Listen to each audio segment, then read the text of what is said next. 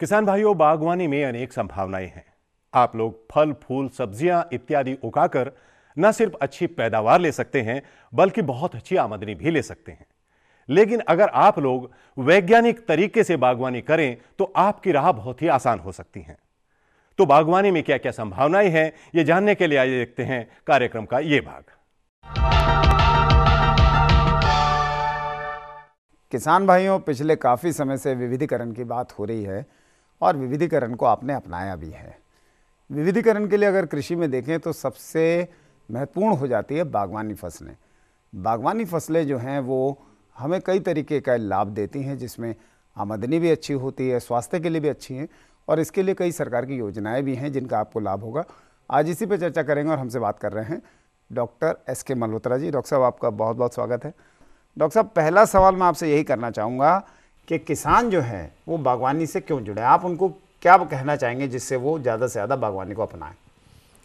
बागवानी की फसलें जो है वो बहुत ही विविधीकरण के लिए हमारे सामने एक बहुत अच्छा विकल्प है, क्योंकि किसानों के सामने जब भी ये बात आती है कि वो अधिक से अधिक आमदनी कैसे प्राप्त करें, तो बागवानी फसलों का जो विकल्प है बहुत ही सुनहरा हमारे सामने रहता है। क्योंकि बहुत सारी ऐसी फसलें उसके सामने निकल करके सामने आती हैं, जैसे कि फल, सब्जियां, बागानी फसलें, फूलों की खेती, इसके साथ साथ औषधीय एवं सुगंधीय पौधों की खेती और इसके अतिरिक्त मसाले और मशरूम की खेती भी जो है वो भी बागवानी में ही गिनी जाती है।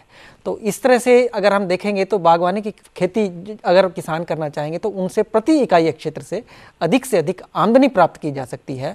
और आने वाले दिनों में जैसे कि आप देख रहे हैं, जब से खाद्य सुरक्षा के बाद पोषण सुरक्षा की बात हमारे सामने उभर करके आती है, तो बागवानी फसलें जो है बहुत ही महत्वपूर्ण हैं और लोग अपने पोषण के प्रति जो है बहुत ही जागरूक हुए हैं। तो वो विभिन्न प्रकार की जो अपने भोजन की जो प्लेट है उनके सामने, उसमें भी विविधीकरण लाने की कोशिश करते हैं, क्योंकि इससे हमें बहुत सारे ऐसे पोषक तत्व जो है वो प्राप्त होते हैं। तो विभिन्न प्रकार के अगर हम खाद्य फसलें अपने उसमें खाने में जो है शामिल करेंगे तो अधिक से अधिक जो है हमारे सेहत के लिए भी अधिक अच्छी रहेंगी। तो इसलिए मांग जो है इसकी उभर करके सामने आई है। जैसे कि आप देख रहे होंगे, बहुत सारी ऐसी फसलें हैं जिनको पहले नहीं जाना जाता था और जिनको हम ये कहते थे कि ये सूक्ष्म हैं, गौण हैं, लेकिन वो अब जो है उभर करके हमारे सामने मुख्य हो गई हैं। जैसे कि एक समय था जब हम कहते थे कि अनार की एक ऐसी फसल है जिसको हम कोई एक आध पौधा जो है हम अपने घर में और आसपास एक पौधा लगा देते थे, और इस तरह से पपीते की जो है एक आध पौधा हम घर में जो है पीछे की तरफ लगा देते थे।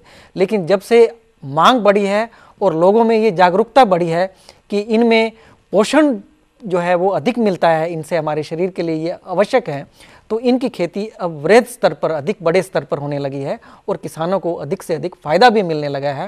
डॉक्टर साहब, आपने जो बात कही कुपोषण से संबंध में, बहुत ही अच्छी, और ये बात भी सही है कि ये जो फसलें हैं ये कुपोषण से लड़ने में मदद करती हैं और हमारे देश में कुपोषण की समस्या भी है।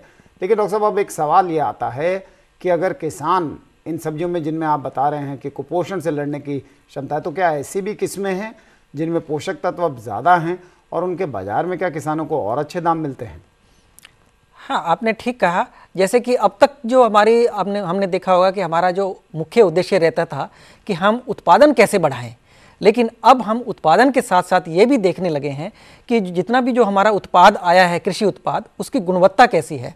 तो इस प्रकार की जो है वैज्ञानिकों के मध्य इस तरह की कई चुनौतियां रही हैं कि ऐसी ऐसी किस्मों का विकास किया जाए जिसमें इस तरह की गुणवत्ता वाली जो फसल है वो निकल करके सामने आए और उपभोक्ता को जो है अधिक से अधिक फायदा मिले। तो इस तरह के अगर आप देखेंगे, जैसे कि पपीते की बात है, तो पपीते में एक नई किस्म निकाली गई है जिसका नाम है अर्का प्रभात। अर्का प्रभात में जो कैरोटीन नाम का जो पिगमेंट है, जिससे कि विटामिन ए की उपलब्धता हमारे को होती है, हमारे शरीर को होती है, तो वो उसमें एक विटामिन ए की मात्रा अधिक है। वो अर्का प्रभात नाम की किस्म है। इसी प्रकार की कुछ अनार की जो किस्में हैं, जैसे कि गणेश, भगवा, ये कुछ किस्में ऐसी हैं जिसमें एंटीऑक्सीडेंट तत्व जो है बहुत ही अधिक मात्रा में जो है उसमें उपलब्ध रहते हैं और जूस बनाने के लिए भी जो है वो अधिक उपयुक्त पाई गई हैं।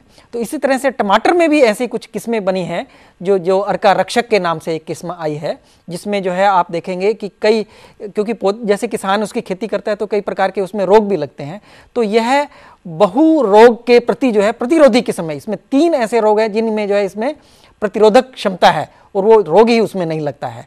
जिसमें एक जो है रोग है, आपने देखा होगा, उसमें पत्ती के ऊपर जो एक इसका जो अर्ली ब्लाइट जिसको कहते हैं, अगेती झुलसा रोग लगता है, उसके लिए इसके साथ साथ इसमें एक विल्ट जो है मुरझान नाम का रोग लगता है, उसके प्रति जो है इसमें सहनशीलता है।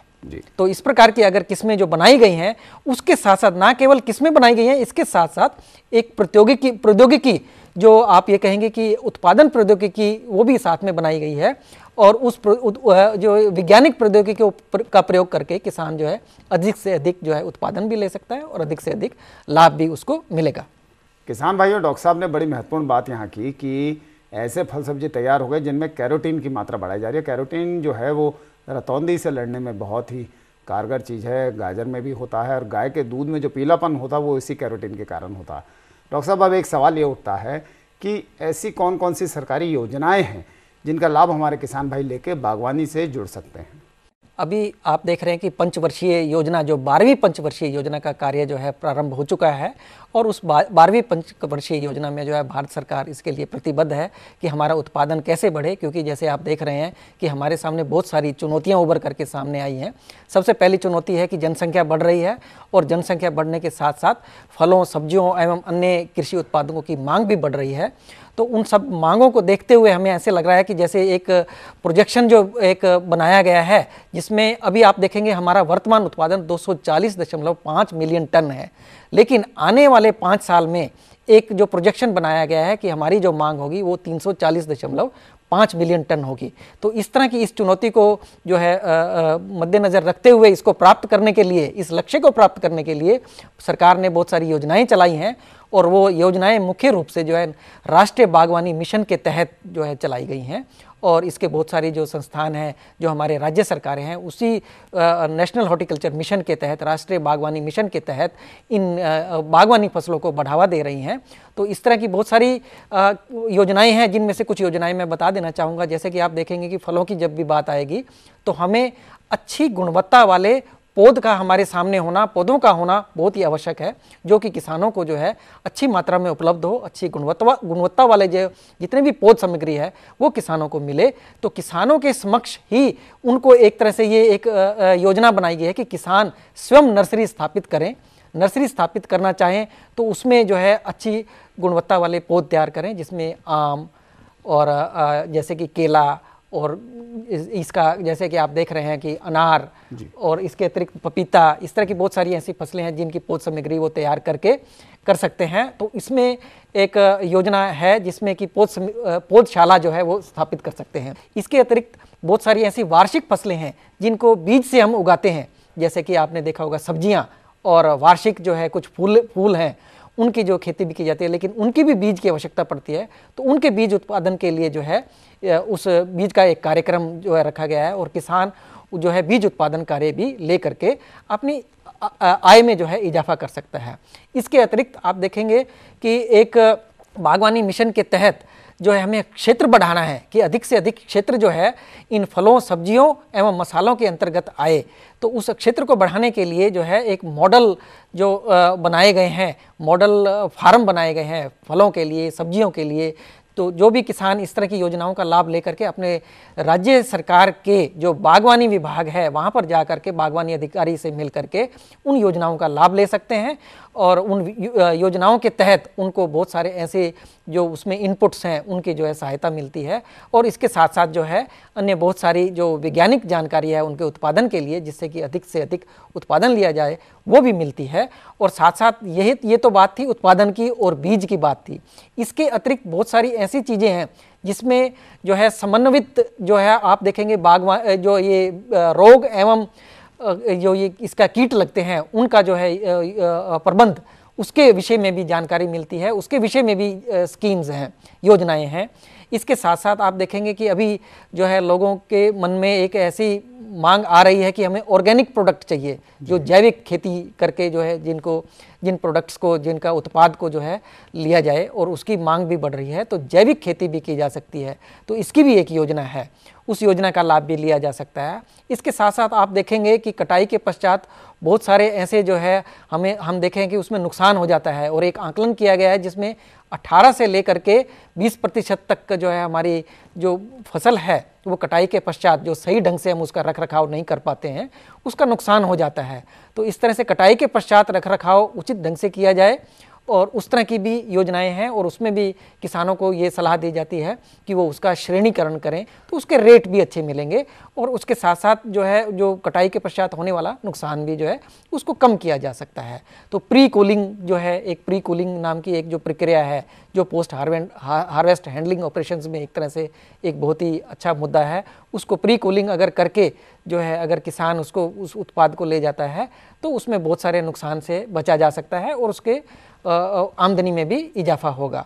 इसके साथ साथ वो मूल्य संवर्धित उत्पाद भी बना सकते हैं।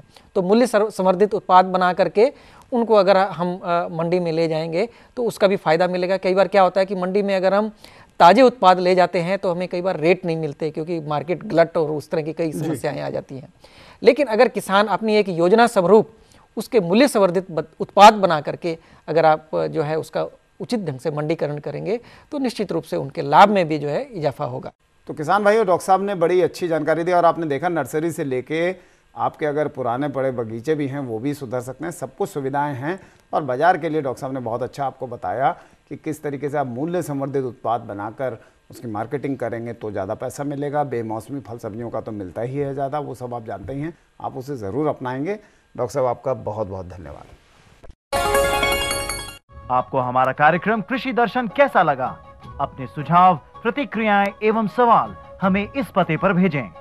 कृषि दर्शन, कमरा नंबर 10, CPC दूरदर्शन, खेलगांव, नई दिल्ली 110049। तो किसान भाइयों, आप लोगों ने हमारा पता तो नोट कर ही लिया होगा। हमारे इस पते पर अपनी जिज्ञासाओं और सुझावों के पत्र हमें जरूर लिखिए ताकि उन पत्रों को हम अपने इस कार्यक्रम में शामिल करते रहें।